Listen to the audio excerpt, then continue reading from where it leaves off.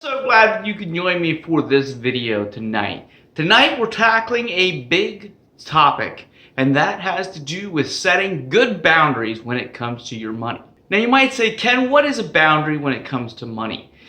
Boundaries are the same with money as they are with a lot of other topics in life. So imagine, if you will, someone coming up to you and they're constantly wanting to touch your face. Touching your head and they're touching your face. You wouldn't find that this is very acceptable behavior. While we don't find it acceptable when it's physical, we often don't realize when it's happening to us emotionally. Many of us have people in our lives who don't have good boundaries and don't recognize when they're crossing the line when it comes to emotions and money. Let me give you a little example. I saw a story recently on Facebook. Their mother had given them a car. Their mother had used that as leverage to make them do whatever they wanted in life. So let's say they gave him a car and then they wanted him to go on vacation with the family in Florida. Now the daughter can't afford it. However, because the car was given as a gift, it's used as pressure. That might sound something like, I can't believe you can't afford that. We already gave you this car. Or it might sound something like, wow, I really wish you could go. I know we had given you that car earlier. So it's always bringing up this little tie back to something else. Now it might also appear in a different way. It might appear as a way of an assumption that you can afford to help them even though not all the facts are known. So it might sound something like this. Your brother or your sister, maybe your sister-in-law, is constantly mishandling money, but when they get in a pinch, they always reach out to you and say, hey, can I borrow some money? I'd really like to be able to do this or that. You might feel pressure to do that because they might even make it sound like it's an emergency. They might say, oh, the kids are going to be hungry, or I can't afford to go get groceries, or it sounds like the utility bill is going to get cut off. There's a lot of different ways that this is approached, but it's all the same manipulation and poor boundaries. So how do you overcome this and how do you set good boundaries? Let's take, for example, the scenario where the mother had given the daughter a car.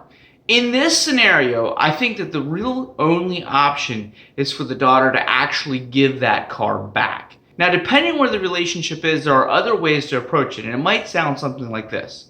Mom, I'm so glad that you gave me this car. I really appreciate it. However, that does not necessarily solve all of my problems. I still need to be able to make decisions that are best for me and the family. I understand if that doesn't make you happy, but unfortunately, that is where I am at. And then stick to it. I've found that this can be quite effective in a lot of scenarios if you'll just set clear expectations. Now, it's not always easy to set a clear expectation, especially if there's been a long period of time where this precedent has been set where emotional abuse can take place when it comes to your money. I really encourage you, though, that if you have something where you're feeling knotted up or under pressure to do something because someone else has a hold on you, they don't have good boundaries, that it really is important to try to break that off. And it doesn't always have to be with money. Many times it's really about activities or time spent, but it ultimately comes back to money because you can't afford to do everything that's wanted. Having these tough conversations around boundaries might be the most important thing that you do, though, because if you won't have a conversation with someone who's manipulating you, that is going to be a problem long term. Eventually you'll resent them. And in many, many cases, especially if it's a case where the relationship is strong, there's just a few things that don't quite go well, the person who you feel that is manipulating you will realize that they've been wrong, and you will be able to move forward with a healthy, strong relationship. What happens, though, if you tell the person that there's a problem and they don't see it your way? In that case, you're going to want to make sure that you have some negotiation skills and an understanding of how to express empathy to that person without agreeing that they're right. So you want to make sure that they're heard, because they really do want to feel heard. Every human being deserves to be heard. So when you're talking to them, you would be something like this. You would say, I understand that you don't feel like there's a problem here. And I hear you saying that you just want to be with me. It's not about money. It's not about manipulating me. You just want to spend time with me. Thank you that you want to spend time with me. Here are some of the problems that I'm having. and then you kind of go into a little bit of the things that are going on with you.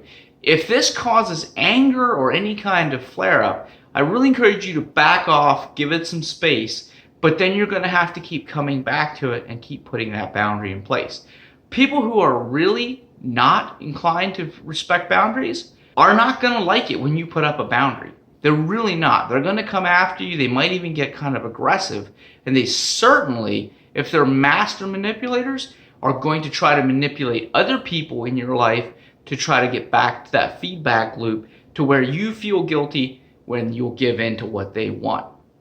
Again, I just want to remind you, most people are not master manipulators. Most people are not people that are bad people or out to get you. Many times it's simply they haven't recognized that what they're doing is a problem. So I encourage you, have tough conversations, lean into conflict, and you will find that you can set good boundaries, healthy boundaries, and by doing this, you will have stronger relationships in your life. Thank you for watching this video. I hope you've really enjoyed it. Hopefully you've learned something new that you can take and you can apply to your life.